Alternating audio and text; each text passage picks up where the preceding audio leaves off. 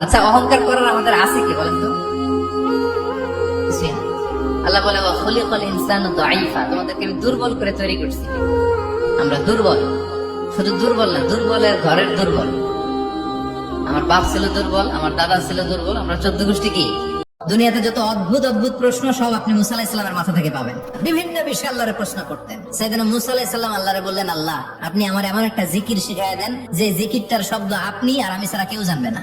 দিনে রাতে সব সময় এই জিকির আমি করব, আপনারে ডাকবো, কিন্তু শর্ত হলো এই জিকিরটা জানবে শুধু আপনি আর জানবো শুধু আমি। আল্লাহ বললেন, মুসা পড়ো লা ইলাহা ইল্লাল্লাহ। মুসা আলাইহিস সালাম কয়, মাবুদ এটা তো জাতীয় জিকির, সবাই জানে। আমি তো চাইছি এক্সেলেন্ট একটা জিকির, কারো কাছে নাই, শুধু আমি জানবো আর আমি পড়বো। আল্লাহ বললেন, মুসা এই লা ইলাহাকে যদি এক পাল্লায় রেখে দাও, তাম বিশ্ব 7 আকাশ 7 জমিনটারে তুলে যদি তুমি আরেক পাল্লায় রেখে দাও, লা রাজাহাত কাফাতু লা ইলাহা ইল্লাল্লাহ, মুহূর্তের মধ্যে লা ইলাহার পাল্লা ভারী হয়ে যাবে। ও মুসা, তুমি যতই এক্সক্লুসিভ জিকির চাও, লা ইলাহার চেয়ে দামি জিকির আমার কাছে নাই। মনে রাখবেন, একটা পাপের হিসাব না দিয়ে কাল কিয়ামতের মাঠে কোনো দায়িত্বশীল পার পাবে না, কোনো দায়িত্বশীল না। এই যে আমি লেকচার দিচ্ছি না, আল্লাহ পাক আমাকেও দাঁড় করাবেন, দাঁড় করায় বলবেন, তোমাকে আমি দিনের যে জ্ঞান দিয়েছিলাম সেই জ্ঞানের হক তুমি আদায় করেছো কিনা হিসাব দাও।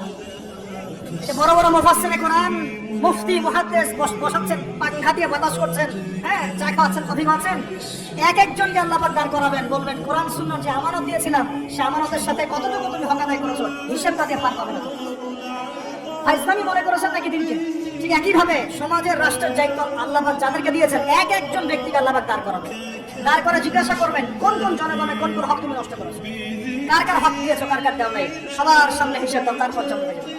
এত সহজ, এত সহজ না। দুনিয়ার জীবনের প্রতিটা কাজের হিসাব আল্লাহর কাছে দিতে হবেই হবে, এটা গ্যারান্টি। বিষ্ণুই বলেন, জুমার দিন বরকতময় দিন, এই জন্য এই দিনে তোমরা আমার উপর আকসিরু আসসালাতা আলাইয়া, আমার উপর বেশি বেশি তোমরা দুরূদ পড়বা। ফাইন্না সালাওয়াতাকুম মা'রুদাতুন আলাইয়া, কেননা তোমাদের দুরূদ আমার কাছে পেশ করা হবে।